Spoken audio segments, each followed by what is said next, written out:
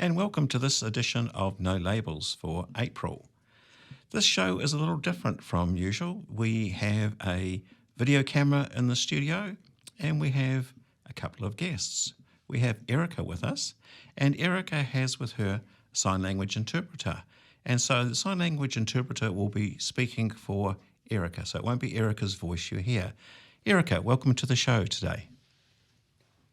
Thank you. Thanks for having me here today. So Erica, you're a deaf person, and so can you tell us, how long have you lived in New Zealand and have you always been deaf? So I was born and raised in Wellington, and I've been here most of the time. I was born hearing and then went deaf at about 6 months of age. I had meningitis when I was 6 months, which caused deafness. I don't have a memory of hearing. I feel a proud member of the deaf community. Right. And so you've lived in Wellington most of your life. Now, where do you work and what is your role? I work at Deaf Aotearoa. It's a national organisation providing services to various people, a range of services to a range of ages. And my particular role is a deaf cultural lead. And I'm responsible for New Zealand Sign Language Week, advocacy, deaf awareness training, advising, New Zealand Sign Language coaching, a whole host of new things that come up along the way. And it's a fun job and it's always an exciting adventure. And so that sort of answers part of the question people may be asking. So why we have a deaf person on radio and an interpreter? Well, it's all about New Zealand Sign Language Week, which is coming up in May. So, Erica, can you tell us a little more about Sign Language Week and maybe a little about sign language and how New Zealand Sign Language maybe differs from other countries? Okay, so sign languages vary around the world. There are over 300 different sign languages. Wow. New Zealand has a unique sign language. It became official in 2006. When I was sweet 16, I remember heading off to Parliament to celebrate. New Zealand Sign Language Week commemorates that. It started in 2007. And this year is the 18th Sign Language Week, New Zealand Sign Language Week. We really want to encourage New Zealand people to embrace and be open to this language, open to learning it, aware about deaf people. We are in New Zealand society just like everybody else, so it's part of that. Great. And so that's the main reason why our show is about New Zealand Sign Language, is to recognise and celebrate. And while it is very much a visual language, we are videoing this interview today as well, and that will be shared after the show goes live. So we're really wanting to try and reach out to the deaf community and those of you listening to radio to recognise and celebrate New Zealand Sign Language Week. Now, okay, so Erica, New Zealand Sign Language, how do people learn about sign language? If you're not a deaf person and you want to communicate with someone who is deaf, or for whatever reason you just think, hey, this would be great to learn, how do people learn about New Zealand Sign Language? There are a few different options and different ways. People can do some self-learning. There are some free resources online that are available. We've got the New Zealand Sign Language Dictionary. We have something called NZSL.nz, and that's a website where people can do self-paced learning at any age that those modules are available. There's also another website called Teach Sign, and you can look for local classes through that website. Night classes, community classes, a whole range of classes can be found on that website. There are a lot of resources on our New Zealand Sign Language Week website page as well. We've got booklets and posters which people can print off. You can go to our local offices to pick those up, pick hard copies up which are free. We really want to get them out and disseminate them. Deaf people aren't territorial about their language. They want to share it, and it's everyone's language as well. Right. So with sign language, how difficult is it to learn? We hear quite often about other languages being either very easy or a real challenge, but how easy is it to learn? I'd say it would parallel other language learning. Right. It really depends on people, their skills, their aptitude around learning, their motivations. New Zealand Sign Language is its own language, it's got its own grammar structure, its own vocabulary that's unique from other languages. So it really just depends on who you are, as with learning a spoken language. Right. Okay. And with New Zealand Sign Language, you mentioned it's different from other sign languages. So how does that work? Say, for example, if you're watching a movie that's come from America and it has sign language, is that a real challenge, or are there just slight differences between the different languages? Good question. A good example. American Sign Language and New Zealand Sign Language are very different to each other.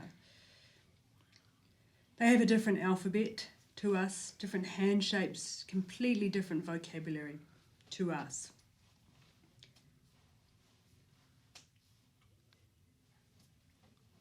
If you watched an American Sign Language medium, you would fully not understand it if you didn't know any other sign language.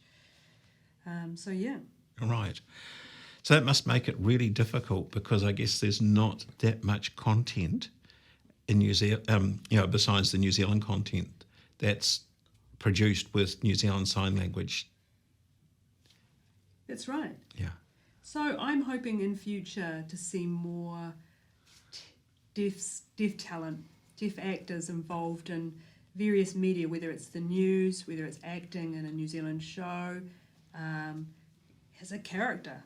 We'd love to see more of that in New Zealand. And I think that's... in America, sorry. you see a lot more of that. Yeah. So, but I'd love to see that happening in the New Zealand space as well. And I think that's a real challenge across the disability field, that so often we see advertisements and there's TV programs, but seldom do we see a disabled person Yes. in that arena. Disabled people all want to buy goods, whether it's houses, fridges, whatever. Exactly.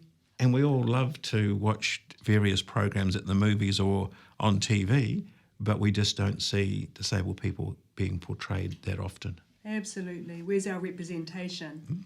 We often will see someone who is an actor acting as if they have a disability, whereas they could be using a disabled person to do that role. I 100% agree. You can't beat lived experience, right? Right, exactly. Erica, music. You mentioned when we were chatting earlier about music and how you can appreciate, be part of music. Is that something you'd like to tell us a little more about? I know that wasn't one of the questions I sent you earlier, I'm sorry. Yeah, so growing up, I have musical people in my family. I'm the only deaf person in my family, and that's pretty common for a lot of deaf people. So I had a lot of exposure to music. I learned how to play the piano. I did that for 4 years. My family members sing a lot, and so I saw it all around me. So I had access in that way to music, in a different way to other people, of course. So it was part of my experience all those times, all those years. So I used to go nightclubbing when I was younger, and the music there was loud. I could feel it in my heart and my bones, everywhere, and it was the best feeling. Though I didn't understand the words, I still felt my body wanting to move, and I found it really fun. So not all deaf people are like me. There's a variety of us, of course. Deaf people have different interests like everybody else, and I know a few people who are deaf who also like music and dancing and bass and reverberation. I dropped off my daughter. Once I dropped my daughter off, I turn the music right up because she's hearing, and I turn it up really loud. You can see my mirrors being affected by the reverberation. It really clears my mind. It's a stress release. Yeah, it's a real release for me to have music in that way. What about your neighbours? Actually, I live in a rural location, so the neighbours are quite far away. But my mum lives with me and my daughter, and they're both hearing, so I have good speakers there. So I do tend to use them sometimes at home. Okay. And we're going to... Yeah, sorry. Sorry, and I dance with my daughter. We do that sometimes too. Right. And I think that's I guess a thing with music is that it is very often and relates to dance or movement. So we've got another song here we're going. Great. All right, now, New Zealand Sign Language. When is it? When's the week? And what's happening specifically around the week? Okay, so it's coming up, so the 6th to the 12th of May this year. There are a lot of events happening. Some events are in Auckland, Wellington and Christchurch. The reason for that was we have visitors from the World Federation for the Deaf Youth section. So the President is coming to visit and we really want them to meet the community. There will be events in deaf clubs and anyone's welcome to come, really. Have a look at our Deaf Aotearoa Facebook page for more information. We'll also be having an awards evening on the Monday, and that happens every 2 years that we have awards ceremonies where we really spotlight people who've taken initiative around New Zealand Sign Language in various spaces, various areas of life really.